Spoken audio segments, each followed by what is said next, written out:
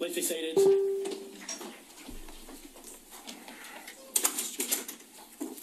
Your Honour, Commissioners, this is the Royal Commission's 54th case study. This public hearing will... And repeat after me. I swear by Almighty God. I swear by Almighty God. Swear by Almighty God. The evidence I shall give to this Royal Commission. The evidence I shall give to this Royal Commission. Shall be the truth. Shall be the truth. Shall be the truth. The whole truth. Whole truth. And nothing but the truth. Nothing but the truth. Thank you, Jackson. Yes, Mr. Chairman.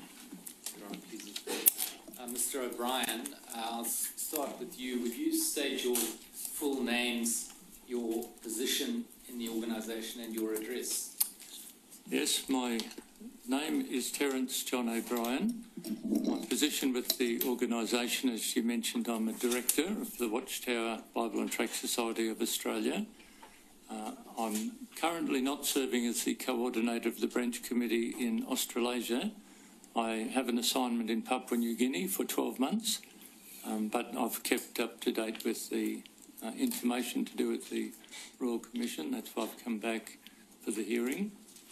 So presently I reside in the branch facilities in Port Moresby in Papua New Guinea. When did you cease having the responsibility of coordinator of the branch committee? Beginning in October 2016. And who is the current coordinator? Name is Winston Payne. Thank you. And Mr. Spinks, coming to you, would you state your full names, your position in the organisation? Rodney Peter Spinks. I'm the Senior Service Desk Elder in the Service Department. Can you explain what process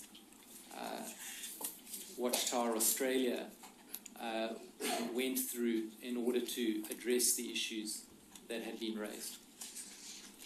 So, as a branch committee, we considered the various issues as they applied to us as a branch committee, what areas of responsibility we could implement any suggested changes. As you would know, we had representatives from our world headquarters legal department here at case 29, and they returned with the case reports, and they've obviously looked at the reports in between. We've also since had members of our legal department here in Australia spend time at world headquarters. So many of these issues have been discussed, and that's where we are at present with them. And I suppose you also identified what you regarded to be scriptural impediments to any changes. Yes, that was part of the subject of discussion, but the scriptural content of any change that would be referred back to a different committee of the governing body. That's not something the branch committee would review. Which committee of the governing body would that be? Well, probably the teaching committee of the governing body. And did the organisation in Australia take any external advice with regard to what procedures should be introduced or what changes should be made? We considered the many reference materials that were provided to and by the Royal Commission. We reasoned that these are the ones with expertise that the Royal Commission has confidence in. So we've considered the various reports and case studies that were provided. So if I'm to understand your answer correctly, you didn't take specific external expert advice with regard to changing your policies or procedures? Not outside of what was presented to the Royal Commission, no. Now, the upshot of that process you've described, as I understand it, is that initially at least 2 new documents were produced, one a guide to service desks and one a letter to elders. Is that correct? Yes, that's correct. So, if I understand this correctly, neither of these 2 documents go to ordinary congregants of the Jehovah's Witnesses. But leaving that document, that very recent document, to one side, is it the case then that insofar as the organisational response to allegations of child sexual abuse is concerned, ordinary congregants who are not elders and not deskmen, as they refer to as the service desk, would have regard to the publication organised to do Jehovah's will, to find the organisational response. Yes, although that document, whilst these two documents are specifically dealing with child abuse matters, the Organised to Do Jehovah's Will is a publication that has very little to do with child sexual abuse. It's basically talking about the general ministry of Jehovah's Witnesses. Yes, I understand that. So still leaving aside the document of 7 March 2017, if a congregant wanted to know what processes there are that the organisation follows in the event that an allegation of child sexual abuse is raised, there's no specific policy document that they can have any access to, is that right? No, leaving aside that document which now corrects that. Yes. And so to the extent that they could learn anything about, for example, the two-witness rule or the judicial process within the organisation, they would be left with organised to do Jehovah's will. No, I think the average member of a congregation has exhaustive references to what we call the Watchtower Library, and subjects such as those you've mentioned considered in Watchtower articles that everyone has access to. And many of those going back over a long period of time. And recent, yes, the most recent back to, I think, as far as 1930. So by the recent ones, are you referring to articles referenced by you in your response and in your joint statement that have been published since case study 29? Yes, there are some, but then there are other Watchtower study articles that are reviewed at congregation meetings, which would contain other relevant information, but not specifically only dealing with the same as those reference materials, which are specific on child abuse. So an ordinary congregant would have to go doing their own research through those various publications you've mentioned to find the answer on any particular topic related to child sexual abuse, is that right? Yes, but the Watchtower Library is very much a user-friendly program which most of Jehovah's Witnesses have little trouble finding their way through. Well, I think you accepted on the previous occasion, Mr. O'Brien, that there was an absolute need in the organisation to bring these policies and procedures together in an easily accessible place for congregants. You recall that? Yes, which is what we've done. And that's what's led to the 7 March 2017 document, is that right? Yes, because now it's specifically dealing with child abuse matters. Yes. So let's go to that then. I'm at tab 11.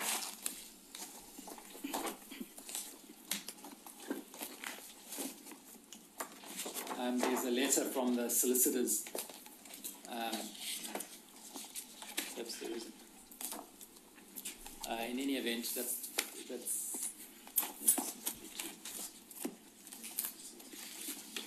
the first document at tab 11 is a solicitor's letter dated 8 March 2017, which in the main paragraph says that we've been working on developing a policy statement of Jehovah's Witnesses in Australia in relation to child protection. As the final draft has only just been completed for distribution to congregations, we are pleased to provide a copy of the child safeguarding policy of Jehovah's Witnesses in Australia. And then that's the document that follows.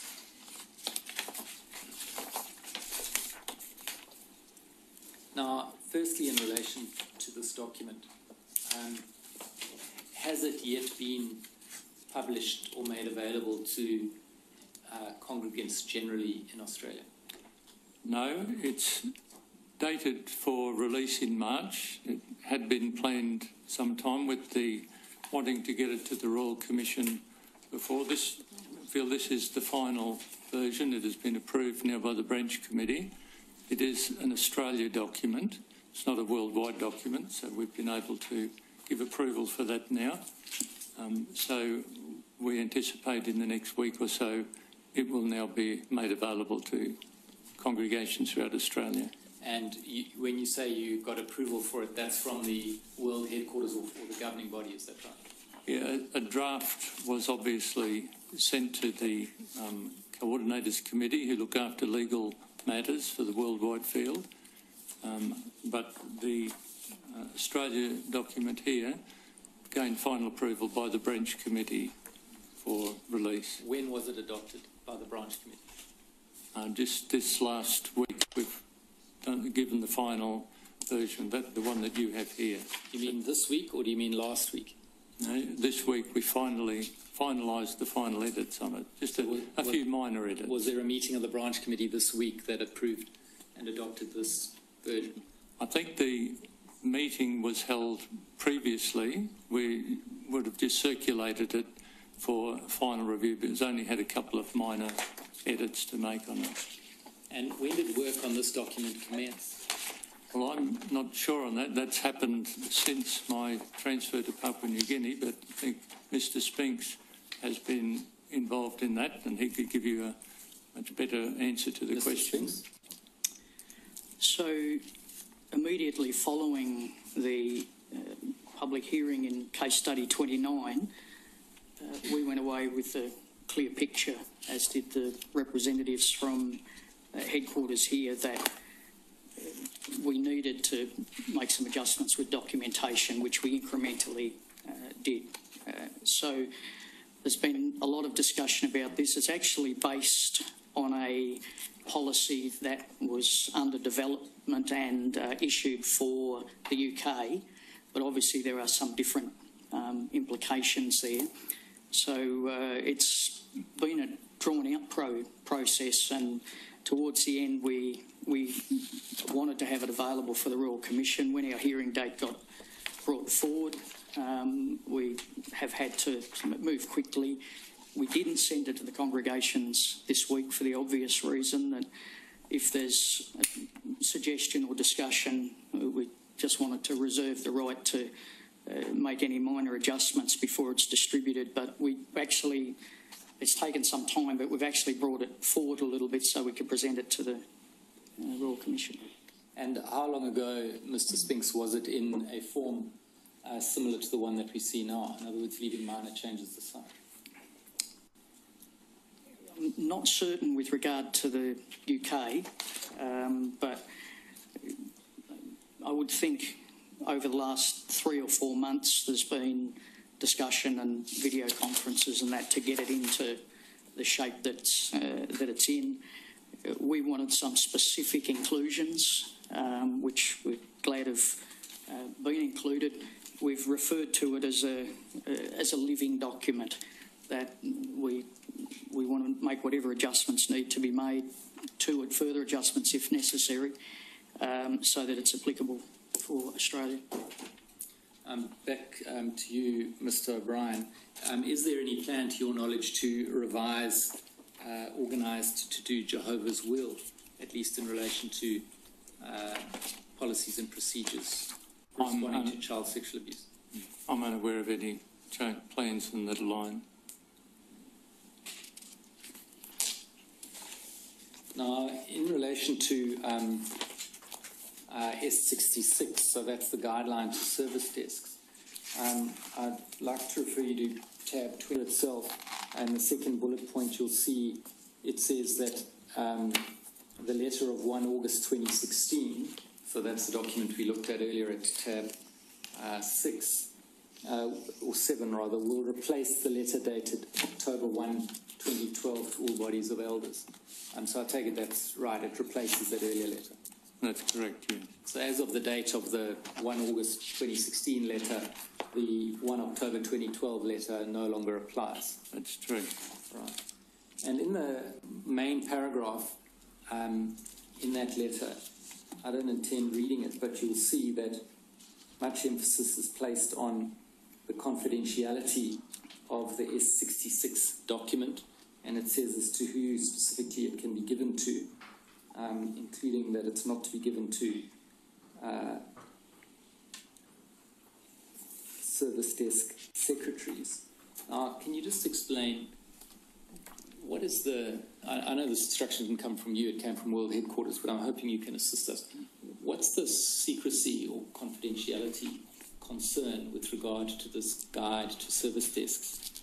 Once again, I could defer to Mr. Spinks, who will give you a more accurate answer than what I'd be able to. He works in the service desk. Yes, Mr. Spinks. Again, I probably can't answer for the reason that it was written there, but I guess those of us on service desks have been given a heavy responsibility, as we see it, to ensure that we meld together the August 1 letter and the service desk guidelines. It's a responsibility we take very seriously in giving advice out.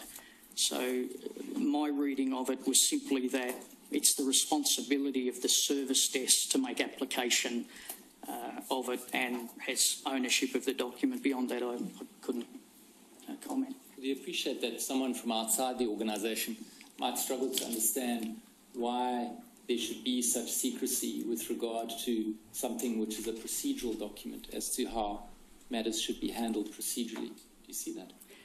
I recognise that, and this came up in the earlier public hearing, that there's no doubt that some of our correspondence, it's well understood by the audience it's intended for, but read from a critical perspective, and we appreciate that, that it could be seen that way. Our understanding of it, or our application of it, is the elders have a letter that applies to their function and role. The service desks have guidelines that are specific to their function and role, and there's some reasonable amount of discretion required in the application of that on a case-by-case basis. But I take your point.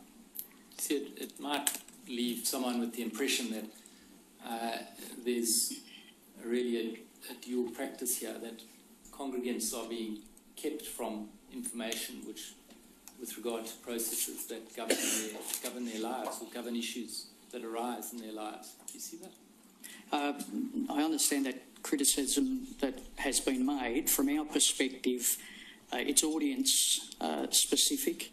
The instructions are there for a service desk to make application of it. Again, I take your point. Now, Mr. Spinks, you say, both of you in your statement, that the Jehovah's Witnesses teach that child sexual abuse is an abhorrent sin. That's right, isn't it? That's correct. And it's that teaching of the Jehovah's Witnesses that you rely on as an important element of your strategy to make the organisation a child-safe organisation. Is that right? That, and making sure that we conform with whatever legal requirements there are. We've taken the recommendations of the Royal Commission seriously. Mr. Spinks, I said it's an important element. And what I'm saying is one of the things you say with regard to what you do to make your organisation child safe is that you teach Jehovah's Witnesses that child sexual abuse is an abhorrent sin. Is that right? That's correct. Yes. And of course, just what child sexual abuse is in the eyes and in the teaching of the organisation is therefore important. Do you accept that? Yes. And to the Royal Commission, child sexual abuse includes sexual or sexualised activity by an adult with anyone under the age of consent. Do you accept that? Yes. Now, I'd like to refer you to the letter to elders at tab 7 and seek your clarification with regard to something. In particular, if on page 2 you would look at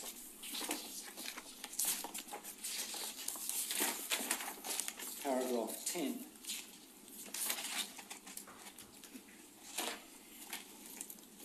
which is headed Congregation Considerations, and you'll see some distinctions are drawn.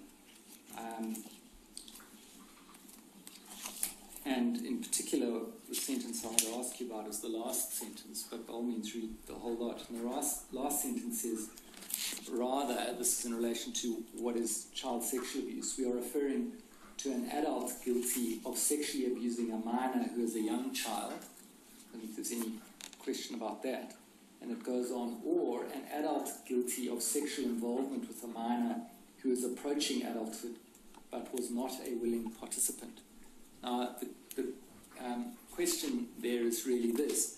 This seems to be saying that within the eyes of the organisation and teaching of the organisation, a minor consenting to sexual involvement with an adult, a more mature minor, or as it's put here, a minor who is approaching adulthood, is not regarded as child sexual abuse. No, that's not correct. That's not the intent of that, and if I could briefly explain. Yes, so what I'm getting at is to understand the organisation's teaching or understanding as to where the line is drawn with regard to looking at the question of age or majority, where the line is drawn with regard to what is child sexual abuse. I think if you go back to earlier in the paragraph, if I could, to give that context, and remembering that this is in addition to whatever legal implication, this is a congregation consideration. It says, when discussing child sexual abuse from a congregation standpoint, we're not discussing a situation in which a minor who is a willing participant and who is approaching adulthood is involved in sexual activity with an adult who is a few years older than the minor. So while that's a broad expression, our experience has been, for example, where we have seen it as child sexual abuse. One of the reports that we provided to the Royal Commission, where we viewed it that way, the elders have reported it that way, but the authorities don't necessarily view it that way, where the age gap is close. So that's not to be interpreted to say if the minor is willing. There are situations where, for example, a 19-year-old and a 16-year-old may have a consensual relationship. Now, there may be an implication under law, there may not. The same with the congregation. Were these close ages and consensual, or was the age gap such that there's either a legal implication or a congregation implication? So basically you're saying is that final sentence must be read as qualified by the first sentence. It's talking about two people relatively close in age. Correct. Right. What is understood by a participant who is approaching adulthood? What does that mean? For example, Your Honour, there may be a 16-year-old whose age of consent, and we're not, while we promote high moral standards, we're not so naive as to think that 16 and 18-year-olds aren't having sex. So we appreciate that there are circumstances where you've got two consenting people. One is technically by law an adult, one is approaching adulthood. So it's in that context. Again, ask you, what do you understand to be someone approaching adulthood? That was the example I used, Your Honour, where... 16-year-old? Well, not necessarily. I'm trying to find out. Well, I think the law is probably clear to us on that. For example, a 16-year-old may be able to consent. And so, again, if it was a 16 and an 18-year-old, we are not talking about here young teenagers with adults. We're talking about where there's a similar age. I understand what you're talking about. I'm still trying to find out what you understand to be a participant approaching adulthood. It would always be someone of a close age to 18, Your Honour. That's our understanding. You know, that's how we view it, taking into account whatever legal implications there are too. So it wouldn't include a 16-year-old in your understanding?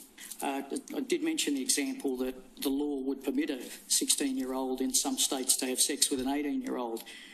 We're not going to necessarily view it differently if they're if it's a consensual relationship between a 16-year-old and an 18-year-old. Well, let's test it further. What about a 15-year-old? I think in most cases the law would have an implication there as well that we would take into account. And each situation, we would get legal advice, but also make a determination, is this two young people of a similar age that have a consensual relationship, or is one using his, for example, authority or older age to take advantage of the younger person? Well, the difficulty, Mr. Sphinx, that you face, isn't it, is that according to your teachings, the Bible doesn't specify an age as to when one reaches adulthood. That's correct. And I suppose in ancient times, and you'll correct me if I'm wrong, it may have been at the time that the scriptures were written that someone in modern times would be regarded as very young, like a 13, 14-year-old might be able to marry. Would that be right? Certainly not in the Bible. Thank you for... I appreciate that is the case in some cultures, but the Bible teaches very clearly that it would be someone who's past youth. But your point is taken that there's no strict rule in the scriptures. Well, but that leaves us to the question of when is past youth. I probably am not understanding your question. I don't want to be evasive because, again, we've had, and I'll be very happy to provide the details of this to the Commission, we've had situations recently because of our heightened sense of awareness of these issues where the elders have taken a young couple, one recently in Victoria where the girl was 15 and the young man was in his early 20s. They're from a culture outside Australia, courting young. They were obligated under law to go to the police. The elders went with the family to interpret, and the police said in that instance that they didn't view it as a sexual assault of the minor. So there are complications. From a congregation point of view, we probably have a stricter view than the law. Mr. Sphinx, I don't want to spend time on it. The simple point is this, is the law, perhaps for reasons of pragmatism as much as anything else, and draws clear lines between when one can consent and when one can't consent legally to sexual intercourse, whereas the Jehovah's Witnesses don't. And would it not make your approach to things a lot easier and a lot clearer if you just followed the clear lines of the law in relation to this? That's a complete misunderstanding. I apologise, Mr. Stewart. This is a secondary consideration to the law. Jehovah's Witnesses will always abide by the law. So this expression relates to where the law doesn't have an implication. The congregation may still view it as child sexual abuse or not, but it's always secondary to the law. So I can't see a situation where that would occur. You say, both of you in your statement, that the Jehovah's Witnesses teach that child sexual abuse is an abhorrent sin. That's right, isn't it? That's correct. And it's that teaching of the Jehovah's Witnesses that you rely on as an important element of your strategy to make the organisation a child-safe organisation. Is that right? That and making sure that we conform with whatever legal requirements there are. We've taken the recommendations of the Royal Commission seriously. Mr. Sphinx, I said it's an important element. And what I'm saying is one of the things you say with regard to what you do to make your organisation child safe is that you teach Jehovah's Witnesses that child sexual abuse is an abhorrent sin. Is that right? That's correct. Yes. And of course, just what child sexual abuse is in the eyes and in the teaching of the organisation is therefore important. Do you accept that? Yes. And to the Royal Commission, child sexual abuse includes sexual or sexualised activity by an adult with anyone under the age of consent. Do you accept that? Yes. Now, I'd like to refer you to the letter to elders at tab 7 and seek your clarification with regard to something. In particular, if on page 2 you would look at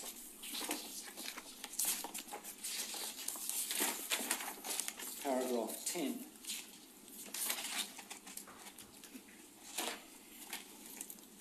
Which is headed Congregation Considerations. And you'll see some distinctions are drawn. And in particular, the sentence I want to ask you about is the last sentence, but by all means read the whole lot. And the last sentence says, rather, this is in relation to what is child sexual abuse, we are referring to an adult guilty of sexually abusing a minor who is a young child. I don't think there's any question about that. And it goes on, or an adult guilty of sexual involvement with a minor who is approaching adulthood but was not a willing participant. Now, the question there is really this. This seems to be saying that within the eyes of the organisation and teaching of the organisation, a minor consenting to sexual involvement with an adult, a more mature minor, or as it's put here, a minor who is approaching adulthood, is not regarded as child sexual abuse. No, that's not correct. That's not the intent of that, and if I could briefly explain. Yes, so what I'm getting at is to understand the organisation's teaching or understanding as to where the line is drawn with regard to looking at the question of age or majority, where the line is drawn with regard to what is child sexual abuse. I think if you go back to earlier in the paragraph, if I could, to give that context, and remembering that this is in addition to whatever legal implication, this is a congregation consideration. It says, when discussing child sexual abuse from a congregation standpoint, we're not discussing a situation in which a minor who is a willing participant and who is approaching adulthood is involved in sexual activity with an adult who is a few years older than the minor. So while that's a broad expression, our experience has been, for example, where we have seen it as child sexual abuse. One of the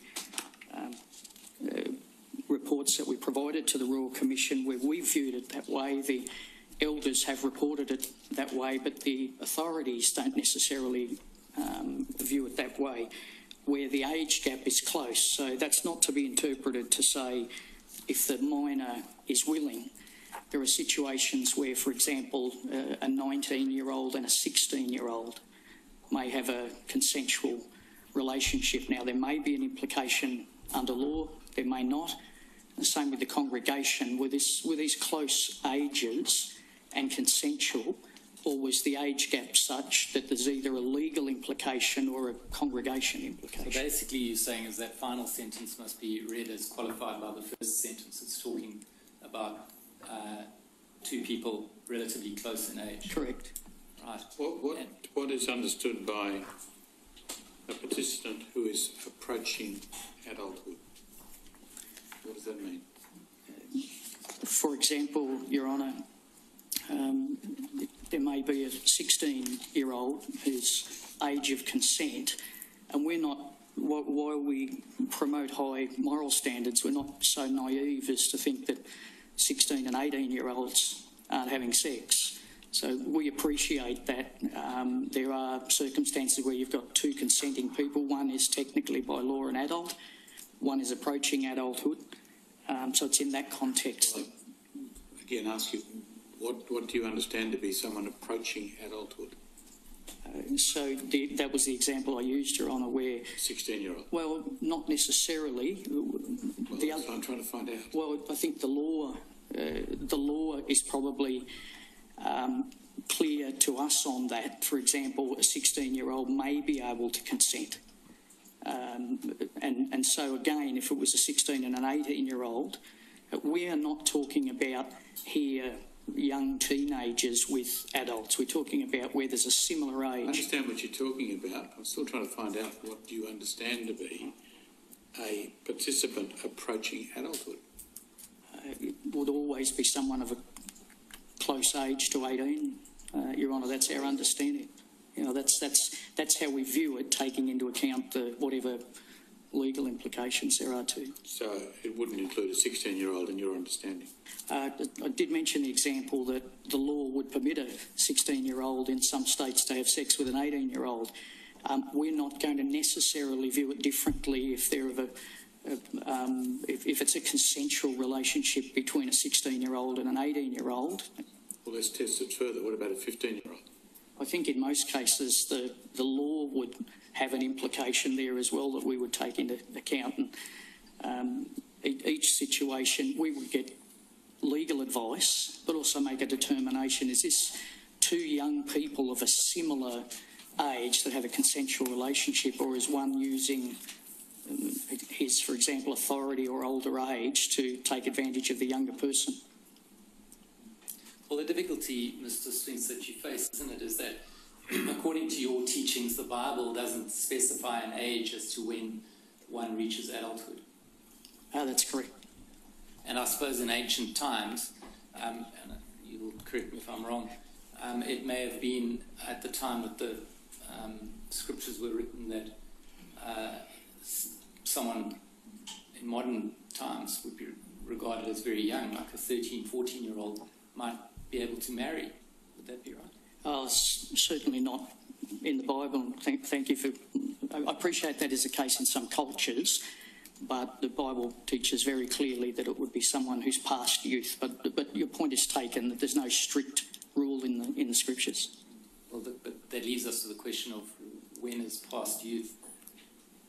I probably am not understanding your question. I don't want to be evasive because, again, we've had, and I'll be very happy to provide the details of this to the Commission, we've had situations recently because of our heightened sense of awareness of these issues where the elders have taken a young couple, one recently in Victoria where the girl was 15 and the young man was in his early 20s. They're from a culture outside Australia, courting young. They were obligated under law to go to the police. The elders went with the family to interpret, and the police said in that instance that they didn't view it as a sexual assault of the minor. So there are complications. From a congregation point of view, we probably have a stricter view than the law. Mr. Spence, I don't want to spend time on it. The simple point is this, is the law, perhaps for reasons of pragmatism as much as anything else, and draws clear lines between when one can consent and when one can't consent legally to sexual intercourse, whereas the Jehovah's Witnesses don't. And would it not make your approach to things a lot easier and a lot clearer if you just followed the clear lines of the law in relation to this? That's a complete misunderstanding. I apologise, Mr. Stewart. This is a secondary consideration to the law. Jehovah's Witnesses will always abide by the law. So this expression relates to where the law doesn't have an implication. The congregation may still view it as child sexual abuse or not, but it's always secondary to the law. So I can't see a situation where that would occur. Just in relation to the specific legal advice, there are various errors that occur in these documents. I'll just take you to two to demonstrate them and then leave you with, hopefully you'll agree, with an acceptance that they need to be looked at again. If we go to tab 14, which is headed Reporting Obligations in Queensland.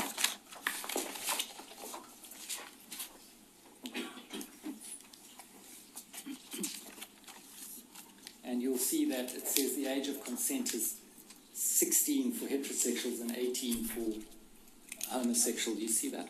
Yes. Now, firstly, are you aware that the law in Queensland in relation to age of consent changed last year? I'm not. If this is inaccurate, then that needs to be addressed, but I wasn't aware of that. Well, it's inaccurate in that respect. It's inaccurate in another, and that's that it's 16.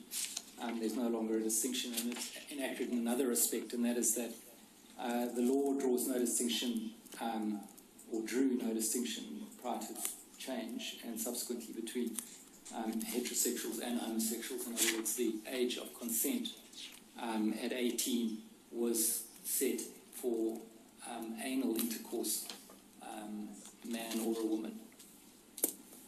You're not aware of that? No, obviously, I see there's a reference there, Mr. Stewart. The criminal code is not attached, but I wouldn't be able to interpret it anyway. But if that's incorrect, then I'm happy to report that back and have that adjusted.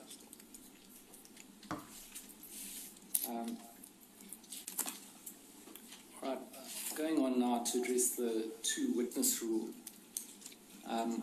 Mr. O'Brien, you're aware, of course, that the Royal Commission found that the application of the two-witness rule in cases involving child sexual abuse is wrong. You're aware of that finding? Yes, I'm aware of the finding. And the recommendation that the Jehovah's Witness organisation should revise and modify its application of the two-witness rule, at least in cases involving complaints of child sexual abuse. You're aware of that recommendation? Yes, I'm aware. And I take it that that finding and that recommendation were the subject of the discussions you referred to earlier in the organisation with regard to its response to the Royal Commission. Yes, so we considered the implications of that finding. And your response is to say that the two-witness rule is required by the scriptures and can't be changed or avoided. Is that correct? That's correct. That's our stand. And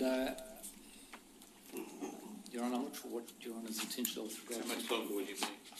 Well, I'll take us till 1 o'clock, Your Honour. Well, we better take the morning adjournment then. We'll take that adjournment now.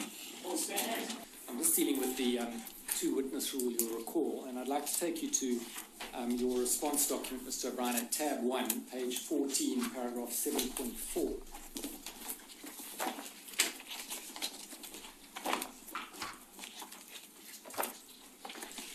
Where you set out, you say, moreover, it should be noted that sufficient scriptural evidence to establish a serious sin may consist of two or more witnesses to the same sin, or two or more witnesses to the same type of sin committed on different occasions. So the rule, in the absence of a confession, requires corroboration of an allegation. Is that right? That's correct, scripturally. Yes, and a particular type of corroboration being another witness, or, as it's put here, another witness to a different occasion of a similar type of sin. Is that right? That's how I understand it, yes. And then you go on and you say, on this basis, the scriptural rule of evidence as applied by Jehovah's Witnesses is already in harmony with the model bill, evidence, tendency, and coincidence model provisions by admitting tendency or coincidence evidence when establishing sin in their ecclesiastical proceedings. Now, leaving aside the admission of evidence, let's just deal with this question of corroboration. You're aware, I take it, that the criminal courts do not require corroboration of child sexual abuse, or indeed the most heinous of sins. Yes, I'm not clear on that particular point. I'll ask you to accept but I'll take your word for it. Section 164 of the Evidence Act abolished the corroboration rule. So it's just misleading to say that this scriptural rule of two-witness rule is in harmony with the law of evidence. It's not in any way, is it? I would defer to your knowledge of the law on that. Mr. Jeffrey Jackson of the governing body gave evidence in case study 29, suggesting that there may be a role for circumstantial or corroborating evidence, such as the evident trauma suffered by a victim, in determining the truth of an allegation. For those who are following, that's at transcript 15973, starting at line 37. Now, subsequent to case study 29, the rule has not been modified so as to allow circumstantial or corroborating evidence such as evident trauma suffered by a victim. Was that nevertheless considered? I'm sure Mr. Jackson would have taken that back to for consideration in the United States, but I'm not aware of discussions on the particular point. So we too deduce, I take it, that he was wrong in saying that there may be a role for such evidence, that it turned out there isn't a role for such evidence. Is that right? I couldn't answer that on behalf of Mr. Jackson, sorry. Now, if you go to the service desk guidelines at tab 6, paragraph 8,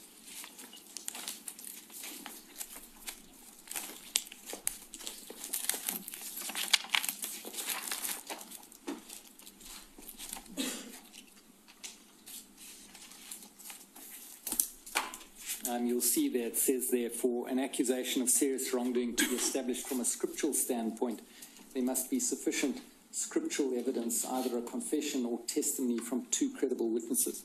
Now, you'll accept, of course, that what's not included in the statement of the rule there is the additional component to it, which you speak to, which is admissibility of another witness to a separate incident of the same type of wrongdoing.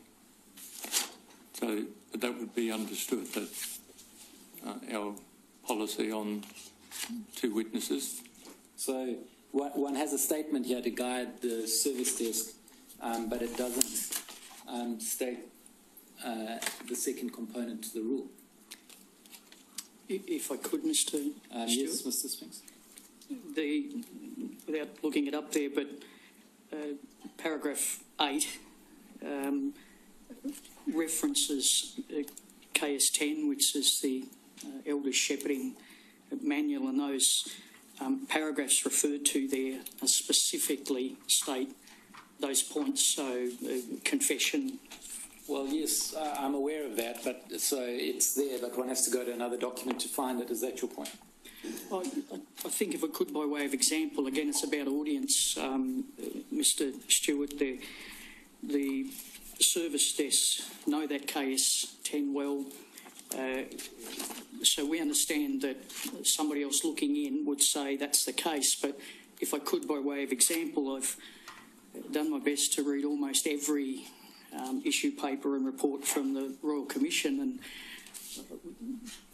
hundreds of hours of wading through, and there's invariably a executive summary. Now, I'm not using this as a direct parallel, but this is simply an outline, an overview.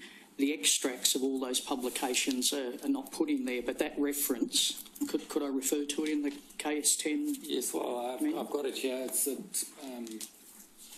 tab 9, ringtail 75 at the foot of the page. It states what we've just spoken about. If there are 2 or 3 witnesses to the same kind of wrongdoing, but each one is witness to a separate incident, the elders can consider their testimony. That's what you're referring to? Correct. Yes. Well, where you refer to this in your joint statement, let me take you to that. Tab 2, paragraph 26.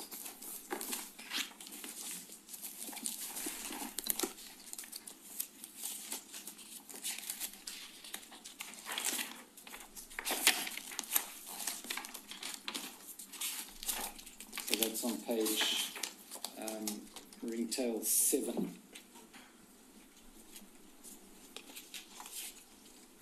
Paragraph 26, the second sentence, however, in the absence of a confession of more than one witness, a single incident, the scriptural rule of evidence establishes and allows the admissibility of another witness to a separate instance of the same wrongdoing. And you see you have footnote 15 there, and it references 3 different documents. Do you see that? Yes. And the third of those documents, which is the one which has ringtail WAT 0001 004 0068 at paragraph 11. I beg your pardon. The middle of those documents is the KS 10, the Shepherd book. Correct. Correct. At the paragraph we were looking at a minute ago, paragraph Correct. 37. Yes. But the first of those documents is a 1991 document. Pay attention to yourselves and all the flock. Is that right? But I have no reason to doubt that. I haven't got that. And the 1991 document is of the nature of a document that goes to all the congregations, all the congregants. Is that right? I'd need to see the document. I have no reason to question what you're saying. You'll be familiar with the document. It's the 1991. Pay attention to yourselves and all the flock. I am familiar with that publication. So is that for elders or for congregants? For elders. For elders, right. And the current elders document is the Shepherd document 2010, not so? Correct. So the 1991 document you reference is an out-of-date document? that was superseded. The Shepherd manual superseded. That was a previous version. Yes. So in January, I beg your pardon, February the 24th, when you sign the statement, you give an old superseded reference.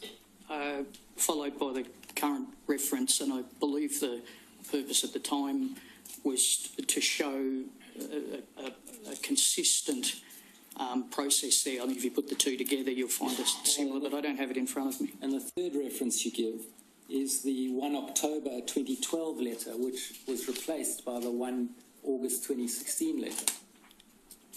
Correct. And the August 2016 letter doesn't state this rule in this fashion. You see, Mr. Spinks, we're back to where we were in case study 29, of really struggling with just what the position is, because there's so many different conflicting documents, and we're given documents which have been superseded as authority for what's said to be current policy. Well, Mr. Stewart, that's just incorrect. Well, please let me take you back to paragraph 8 again, if I could.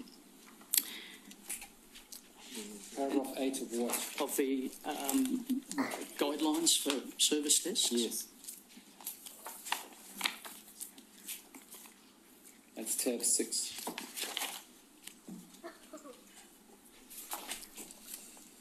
Current guidelines, current reference, KS 10, Chapter 5 is the shepherding textbook.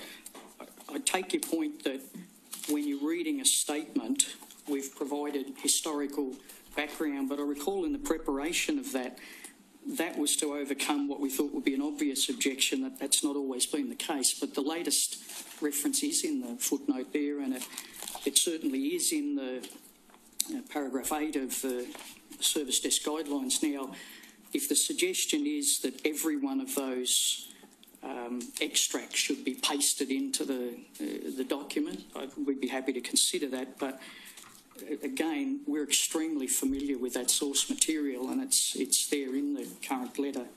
Well, the suggestion is that you reference out of date and superseded policies in support of your statement as to what the current policy is.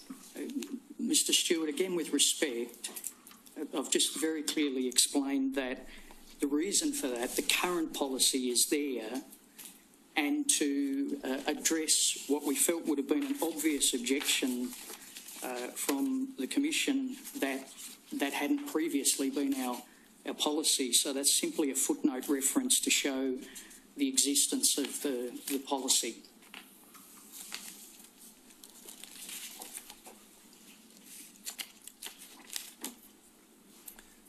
Dealing with the subject of a victim having to confront the abuser, you know, of course, that the Royal Commission found that the Jehovah's Witness written policies and procedures should clearly state that it is not a requirement in cases of child sexual abuse that the victim must confront her alleged abuser. You know that?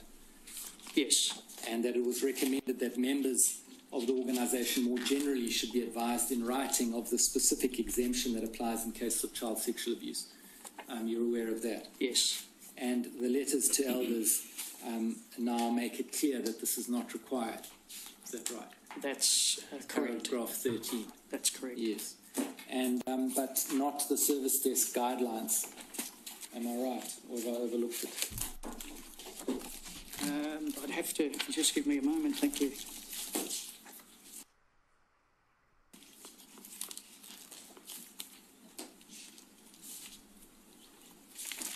I'd have to just give me a moment. Thank you. Wider audience. The August 1 letter is to all elders and obviously service desks. So there's quite a few examples of where the same items are not repeated in the service desk guidelines. All the service desks, by the way, and secretaries have those two items bound together because we read them together. Now, on the specific point, this point of victim having a right not to have to face the abuser, which is, as I've said, clarified in the 1 August letter. It's also clarified in the 7 March policy. Correct. But it's not been addressed in the Shepherd book, has it? those words, no. There was lengthy discussion at the original hearing where we went to the KS textbook and looked at what was a few brief expressions in the context of dealing with allegations in general, but I don't believe that same wording is exactly transposed into the KS10, which I think, as we've made aware to the Commission, is actually part-way through editing as we speak.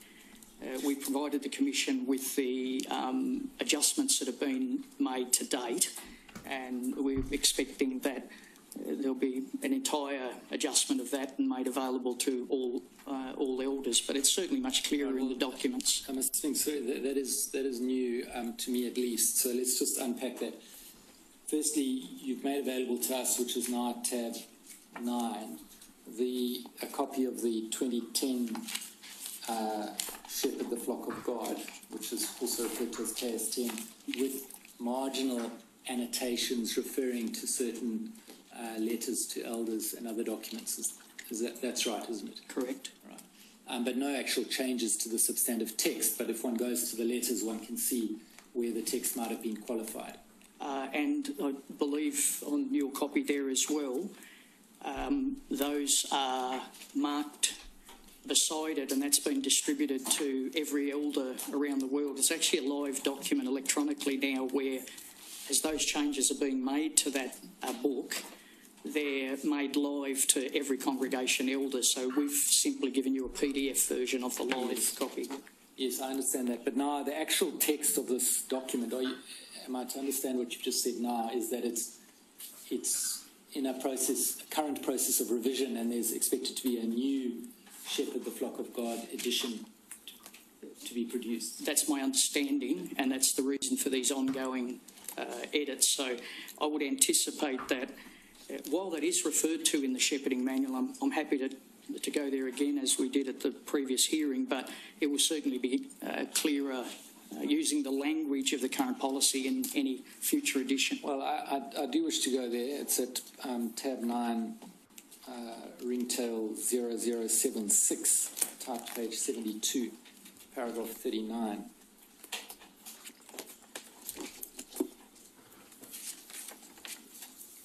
Now, accepting that this is not dealing specifically with child sexual abuse, it's dealing with serious sin generally, that's right, isn't it? That's correct.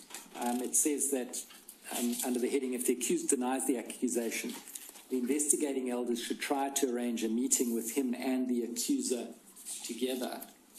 And then there's a note, if the accusation involves child sexual abuse and the victim is currently a minor, the elders should contact the branch office before arranging a meeting with the child and the alleged abuser. And that would then be to the service desk. That's correct. Yeah, and it's the service desk guidelines which, unlike the letter to elders, that don't have the position clearly stated that a victim has a right not to have to face her accuser. So the service desk guidelines are very, very clear on that. And if I could also, if I could just have one moment, please, Mr. Stewart.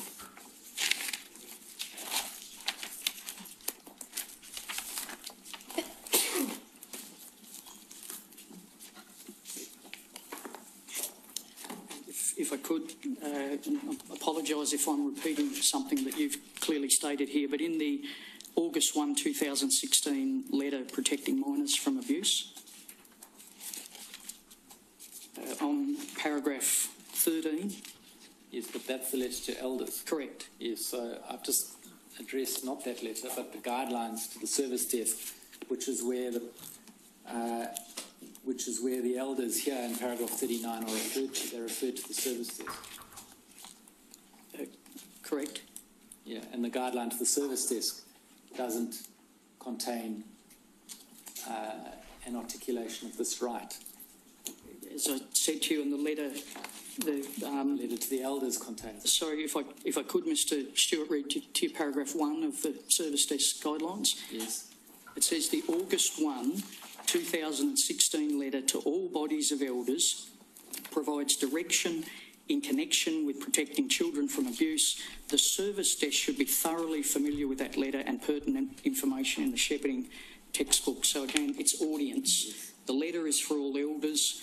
The service desk guidelines are for the service desks. So I accept this things you say you know that, and it therefore doesn't have to be in the guidelines. Not so. Well, it is in the guidelines in that. By reference. Well, the letter is attached. There are two documents side by side that we use together. Yes, now this thing's going on to the next sentence at paragraph 39 of Shepherd. If the accuser or the accused is unwilling to meet with the elders, or if the accused continues to deny the accusation of a single witness and the wrongdoing is not established, so I take it not established scripturally, i.e. under the two-witness rule, would that be right?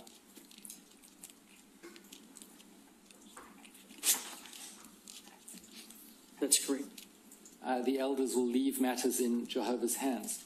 So the result of that is this, isn't it? And I think it's stated in a recent policy document, that even if someone who's accused of child sexual abuse is convicted beyond a reasonable doubt by a criminal court, if the scriptural rule of evidence, the two-witness rule, is not met within the Jehovah's Witnesses' internal processes, then the matter is left in Jehovah's hands. That's, again, totally incorrect, and I apologise for being direct with it, Mr. Stewart, and I'm sure it's unintentional, but you are, and the transcript will show, we've had this lengthy discussion at the first hearing. If I could be permitted to say, that bracketed section, you've gone on and read the part after it, the bracketed section is inserted there to say, when it relates to child sexual abuse, contact the branch, end of bracket. It now continues with what would be the normal judicial process that is perfectly clear to elders. I appreciate, again, it's about audience, but the bit that you read after that is not stating with regard to child sexual abuse. And in addition, you've added into the end of that statement that you just made that regardless of what the secular authorities would do, that wouldn't permit the congregation to act, when the documentation shows that's just completely incorrect. Well, the documentation says that the service desk may then impose restrictions. And can I, again, appreciate the different audience, Mr. Stewart, but can I say to you that that does not relate, for example, to a person in a position of responsibility. This is, as you would refer to them, meeting attendants or attenders or congregation members, but in every case, steps are taken where the authorities are involved. There'd be no individual who's continuing, for example, in a position of responsibility where the secular authorities have established guilt. That situation doesn't exist. Do you have a system of monitoring compliance with that right? In other words, the right of the victim not to have to face her abuser? Yes. What is your system of monitoring?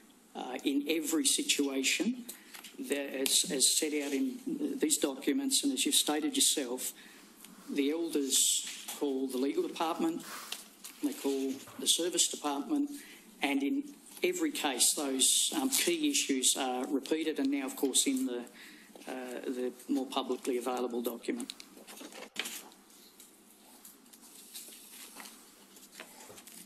Now, Mr. O'Brien, you're aware that the Royal Commission found that members of the members of the organisation who no longer want to be subject to its rules and discipline have no alternative but to actively leave or disassociate from the organisation, and that it found that the Jehovah's Witnesses' practice of shunning members who disassociate from the organisation potentially puts survivors in the untenable position of having to choose between constant re-traumatisation and having to share a community with their abuser or losing their entire community. So those are two findings of the Case Study 29 report. You're aware of those findings? Yes, I'm aware of the findings, but I think we disagreed with the findings. But respectfully, I can say that. I think Mr. Jackson, in his testimony, made the same point, as I did in my testimony, that we don't believe it's an impossible choice.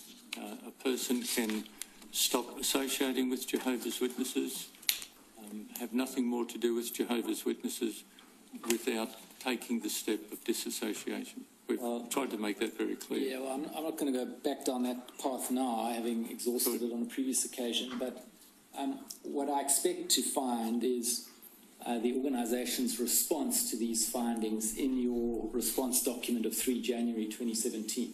Would that be right? That's where we should go to, is that right? That's correct, yes. Yes. And so if we look at that document at tab 1, page 16,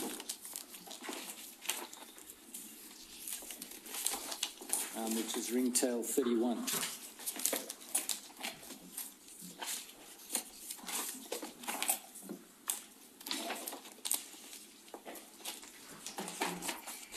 Right at the foot of the page, 7.14. Our January document, is it? Yep. Do you have that? Just the January document? Yes.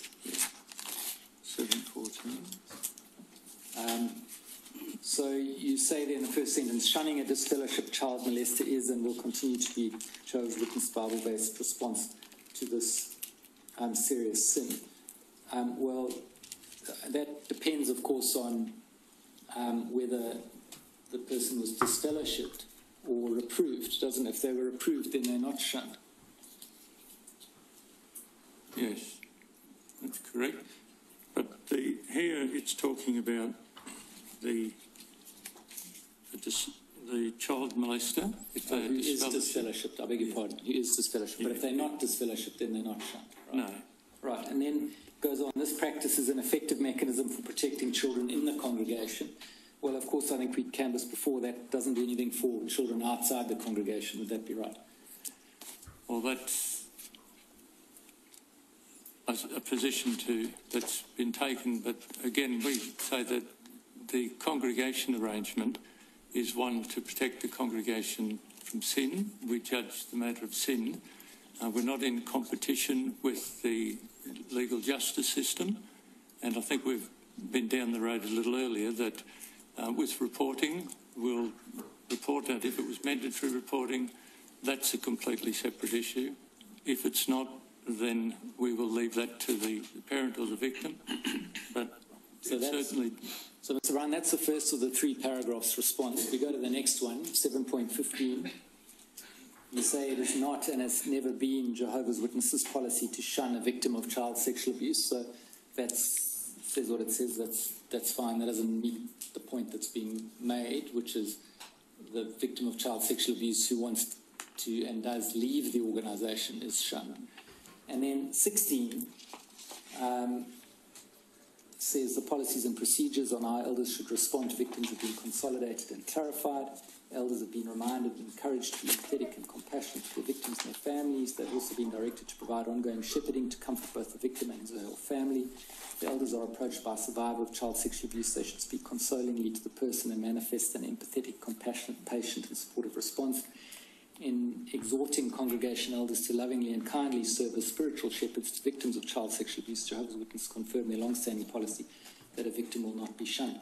But and I suggest to you none of that answers the point being that it's particularly damaging when a child sexual abuse victim leaves the organisation, disassociates from the organisation and is then shunned.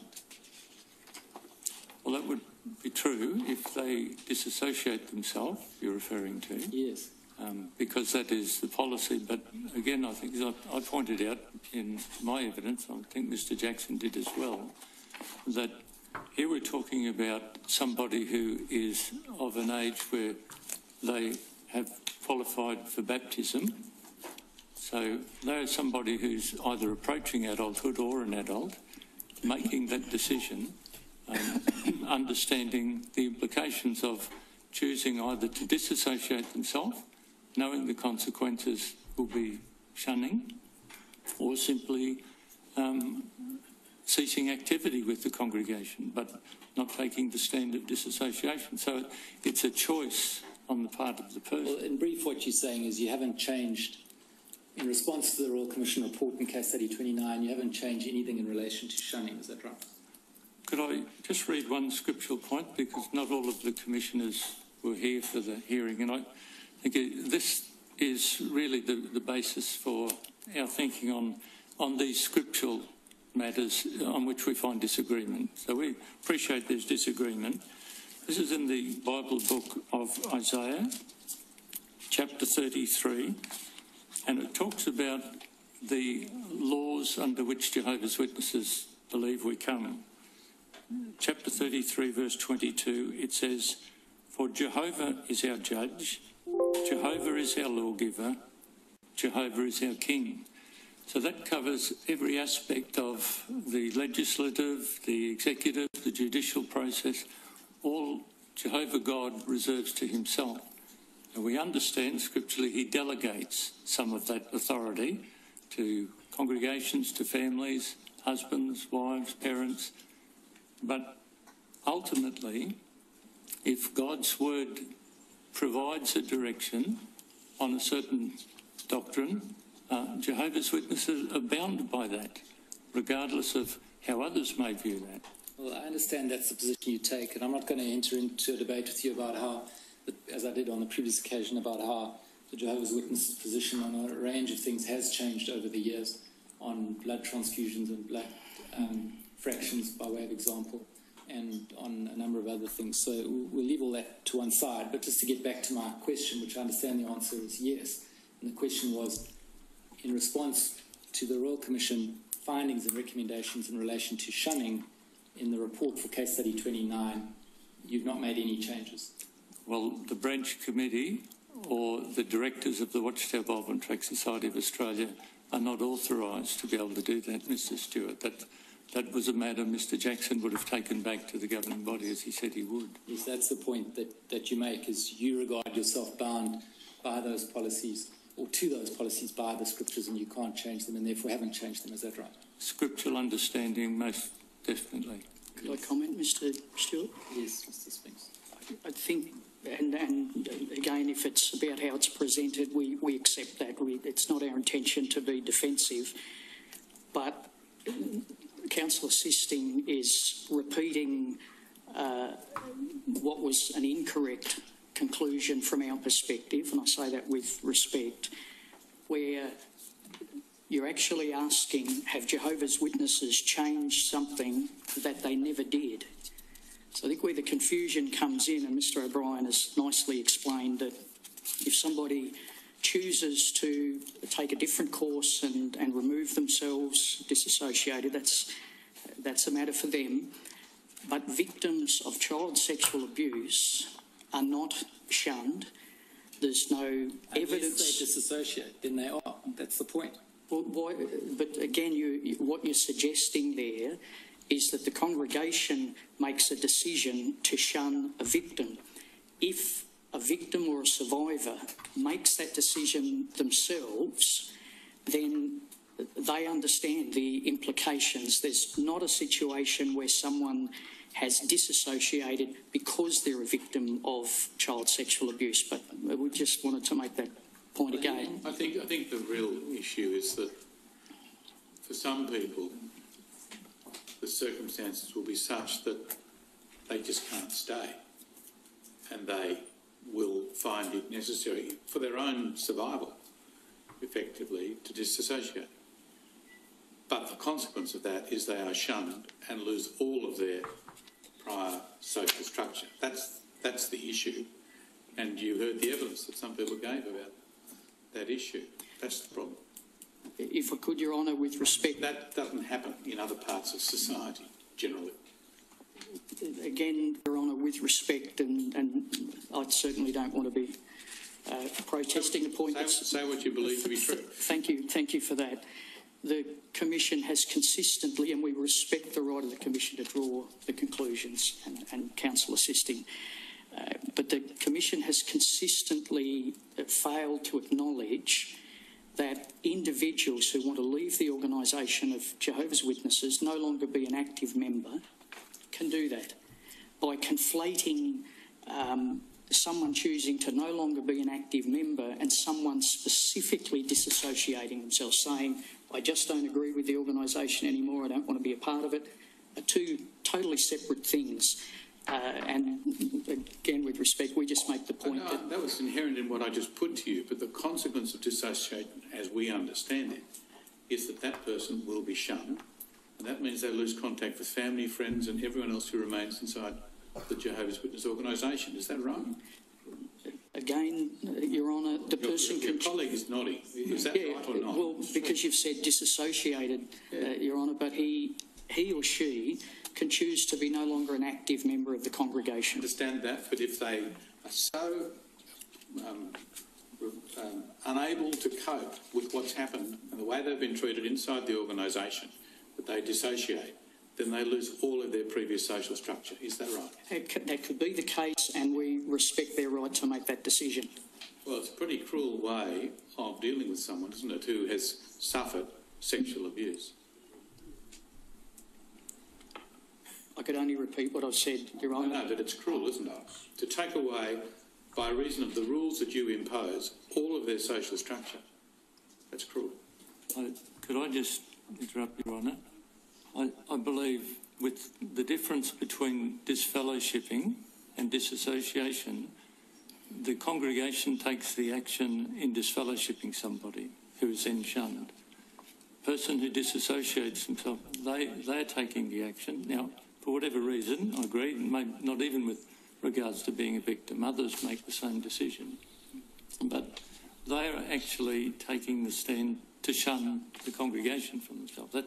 And they understand the implications of that. Now, it is, I agree, it puts them in a difficult situation, but it is a choice. You see, someone who comes to you and says, I was sexually abused, but because there's no two witnesses, you don't accept it. You don't make that finding. They're left in a very difficult position, aren't they? If they choose not to report it to the authorities, then... For whatever reason, if the organisation doesn't acknowledge that they were abused, that imposes a great burden on them, doesn't it? If I could again respectfully say, Your Honour, we don't disbelieve a person who makes an accusation. That's why we investigate every accusation brought forth by the elders. Yes, but if there's not two witnesses, you don't accept it, do you?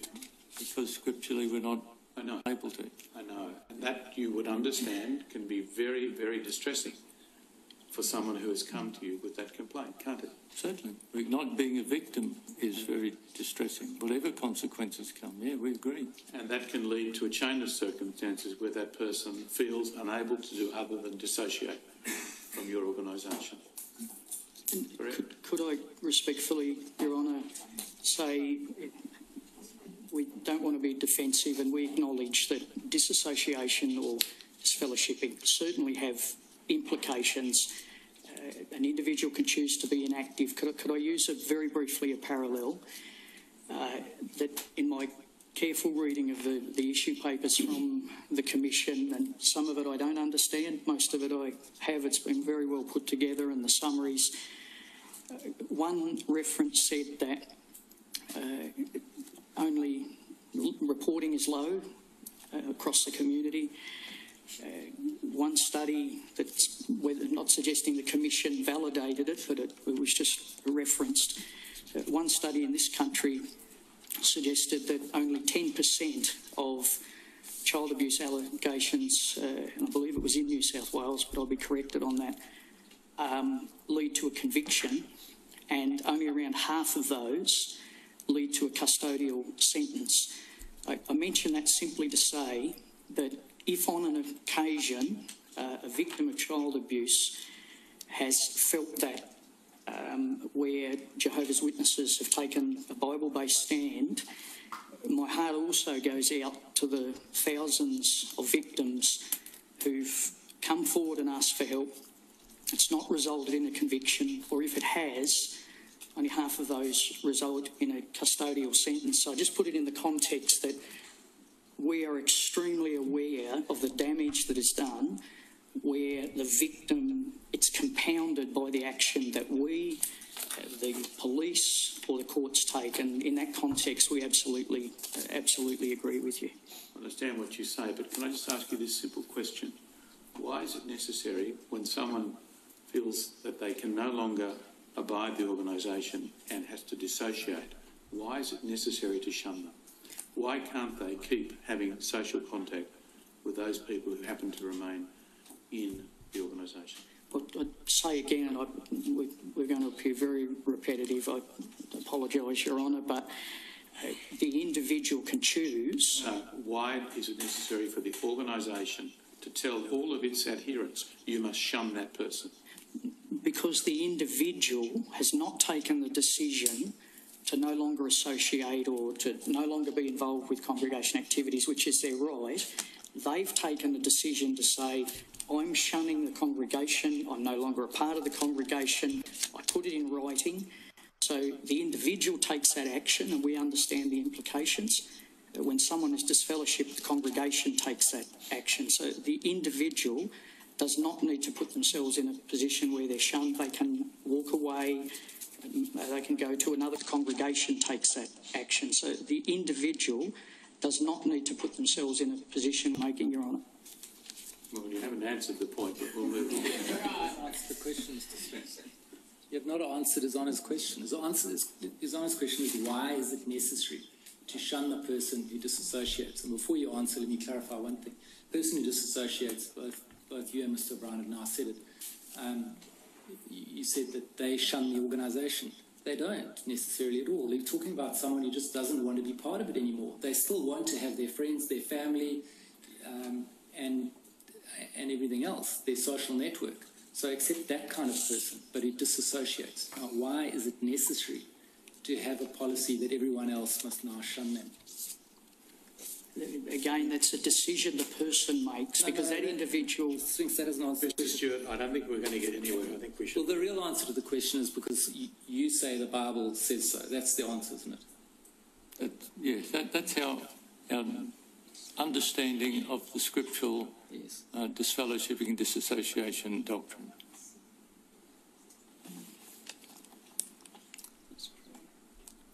I should just say also that in relation to the point that Mr. O'Brien, you made, and Mr. Sphinx as well, I think, and just say also that in relation to the point that Mr. O'Brien, you made, and Mr. Sphinx as well, I think, and that's that a person can become inactive without disassociating and in that way not be shunned. Now, without going through that evidence again, I just want to say to you that that's highly contested by a lot of people as to whether that is possible. I know you say that's the case. A lot of other people say it isn't. I'm sorry, I misunderstood, but... The simple point is, and I'll let you respond, but I'm not going to go down this path we went down it before. The simple point is this. A person who does not want to be active in the organisation anymore, in order to avoid being shunned, must disassociate. There isn't a category of membership of inactive and nevertheless welcome. Sorry, Mr. Stewart, that's... I know you disagree. That's well, fine. when we've put it in print, I mean... The only point I'm making is that that's not accepted. Again, and I apologise, Your Honour has said we're repeating the point, but we have a very clear understanding of the difference between someone being inactive, no longer an active member of the congregation, and someone who takes a decision to disassociate. That's clear to us, but we agree to disagree. Going on to the question of redress, you don't actually have a policy with regard to how to handle claims that are brought against the organisational claims made, not necessarily in a court, but someone says, look, I was abused in the organisation one way or another. I want compensation for this. I want it to be dealt with. You don't have a policy that deals with that, do you? We're certainly in the process of developing that, particularly since the release of the paper on redress from the Royal Commission. We've studied that and we're basically in agreement with many of the proposals in there. We don't take the view that we're waiting just until we hear the final thing, but there still are a number of questions that it seems to have to be resolved. And that's this 2015 Royal Commission report on redress and civil litigation that you're referring to, is that Yes, that's right. Okay, so that's been around for a couple of years now, but in short, you're saying you're working on a policy which we can expect at some stage? Well, it's only in recent months we have had one request some time ago, probably more than a year ago, that we corresponded back with, and the claimant changed the solicitors they were using. So it's only just in the last, this week, the last few days, that we've received a report back from the... Well, never mind individual cases. Can I just understand this from you? Is it the case that you're working on a redress policy and one can expect to see one in due course? Yes, definitely. Thank you. And has the organisation engaged with or reached a position on the Commonwealth Government's proposed national redress scheme that was announced in November last year? No, not at this stage. Could I raise a question on this, which is of concern to us in being able to address this issue of redress, Mr. Stewart? Would that be acceptable? Well, let's hear what it is, Mr. O'Brien, and then I can tell you whether we can answer it or not. Okay, so with regard to the finding of the Royal Commission, with our bringing in all of the case files that we had, because of their being investigated, the finding was that makes all of them institutional abuse, even though the greater majority of them were not actually according to the terms outlined in the redress scheme as being institutional. So there's two implications for that I would see. One of them for us as an organisation, if the number of case files is the basis for determining maybe our share in a redress scheme, we would feel that would be not in the interest of being fair and adequate, because it... You needn't worry about it. Your organisation came clearly within our terms of reference, because we are required to look at the response of your organisation. Yeah, which we don't contest. And that response, of course, when inadequate, will cause damage to people. You understand that? We understand, yes, that's a response. And from the evidence that we've had, that is likely to have happened. You may not be an organisational abuser as such, but the response of your organisation may have compounded, indeed very much compounded, the damage to that individual. As far as the redress scheme is concerned, if it takes the form, or roughly the form the Commission has recommended, your liability will be determined on a case-by-case basis, right, and you'll be contributing on a case-by-case basis. Yes, so that's... The files that we sent off to the police, well, may or may not represent a part of your liability. I don't know. Okay, so according to then the terms set out, I think it's on page 38 on the redress and civil liability, the recommendations, it outlined just what constituted institutional abuse. If that's as we understand it, then that would be something that would resolve some of the issues we have in our mind. Well, you must understand, Mr. O'Brien, that this was the recommendation of the Royal Commission. This has now been taken up by the Commonwealth Government, and the government's in a process of consulting the states and territories and organisations, and how it will end up may be close or not so close to what was recommended. One doesn't know.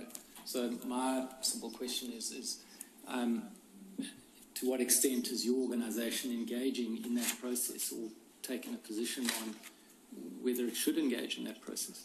So at the moment, we haven't had any actual statement of claims, but we have had correspondence from 6 individuals.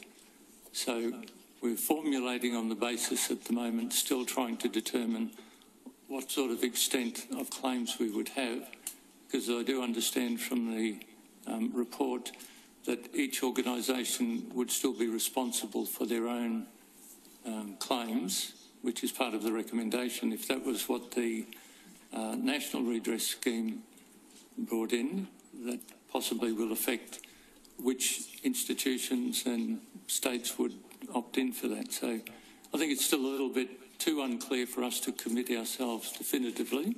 We're still working through the process of determining just how we will handle redress. You haven't ruled it out? We haven't ruled it out, and we certainly, if there are any victims who are victims through institutional abuse from Jehovah's Witnesses, we would do everything in our power to assist them financially and spiritually. And then finally, dealing with the question of the involvement of women in decision-making in the organisation. You're aware of the findings in relation to that. And finally, dealing with the question of the involvement of women in decision-making in the organisation. You're aware of the findings in relation to that. I won't repeat them. Your response is given tab 1, paragraph 7.5 and 7.6.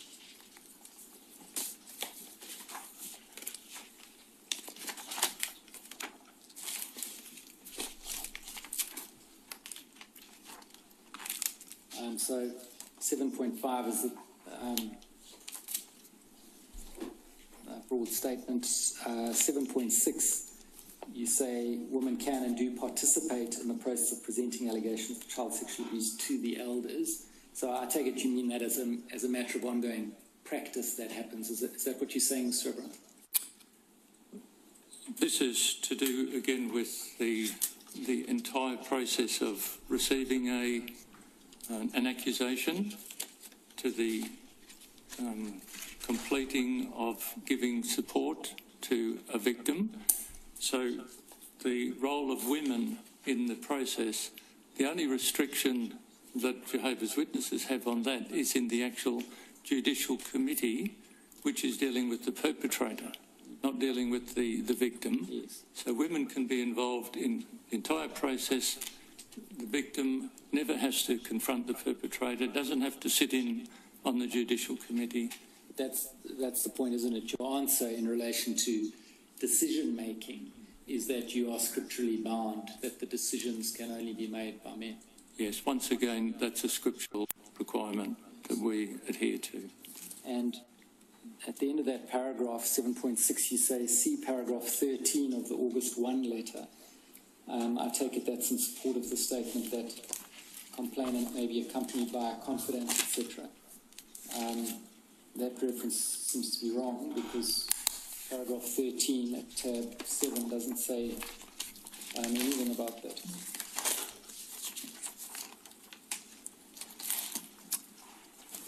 I might just get Mr. Spinks to comment on that. Is the expertise in the letter? So, again, for the very reason you raised, Mr.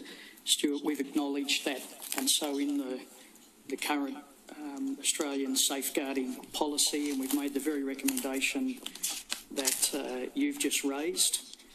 If I can, the March 2017 child safeguarding policy. Tab 11. Paragraph number 10. Yeah. Says, again, a victim's never required to confront his or her alleged abuser. The allegation can be made in the form of a written statement. And then 2 sentences on, adults who were victims of child abuse may be accompanied by a confidant of either gender to provide them with moral support when meeting with the elders. So, again, it's a valid point. I just want to come back to something I dealt with early on in case I didn't understand it clearly. This document you're looking at now, it's been approved by the branch committee but not yet finalised in case you want to make amendments following this hearing. Is that right?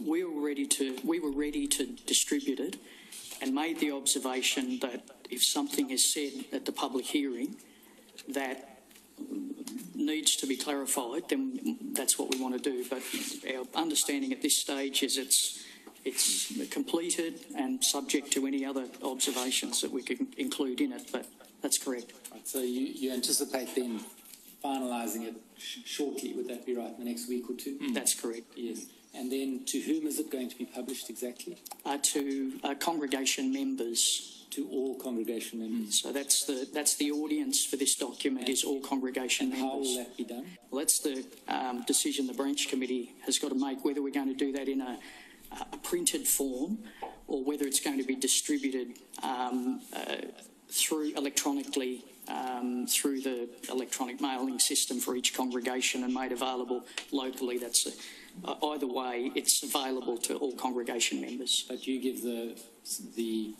undertaking now that rephrase it, the undertaking now that the intention is that it be distributed to all congregation members. Yes, that's the audience for this document, and sorry, Mr. yeah, I can speak on behalf of the branch committee on that. Who are authorised to make that available. That it will be available to every member of every congregation in Australia. Well, making it available may be something different to what I'm speaking about, because making it available could be if someone asks for it, they can have it.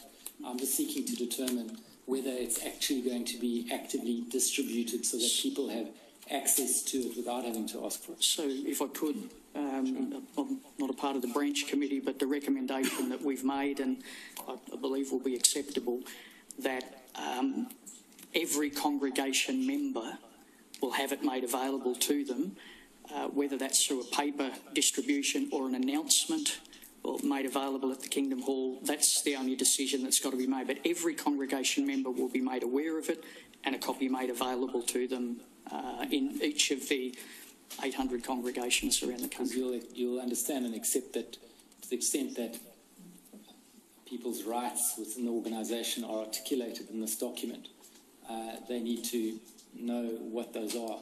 And absolutely. Yes, I have nothing further on.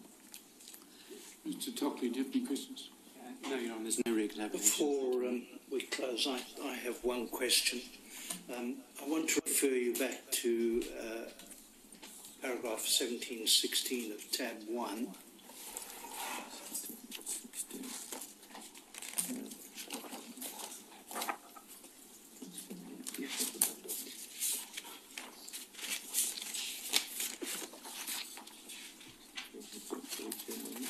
It's paragraph 716 of tab 1. 716.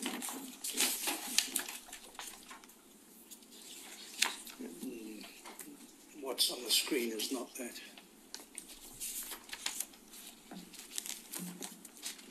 Joint statement.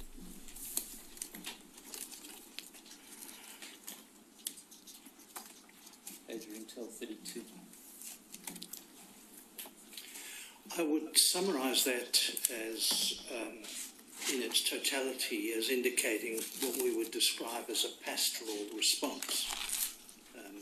Do you think that's an accurate description?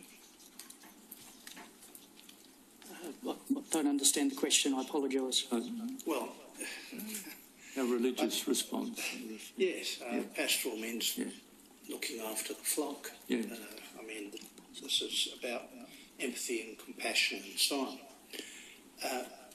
And that's all very well as it goes, but you would now understand from the Royal Commission's work that the often very grievous effects of child sexual abuse are life-changing and life-affecting, and therefore people need, and I stress independent, expert-independent therapeutic intervention, sometimes called counselling, but it can be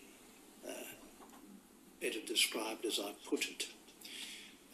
I want to know, in terms of your response to the 1,006 files of victims and subsequent victims that have come to your attention, whether the Jehovah's Witnesses branch in Australia have assisted or decided to assist or planned to assist victims or survivors with respect to therapeutic intervention by independent experts. Yes, so on that, Commissioner, we, of course, allow the individual to decide who they would like to use, but certainly we will assist in funding any of the victims who fall into that category automatically under the terms of reference of the redress scheme. We would see part of the redress would be covering medical and ongoing psychological or psychiatric help or some other form of... And you do that presently?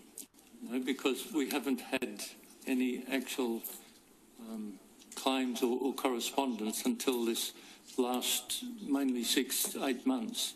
And it's only just at the point now that the legal firm we're using, Gilchrist Connell, have now written to the solicitors of the victims and have now presented us with some suggestions for consultation. Well, this is not really about the law.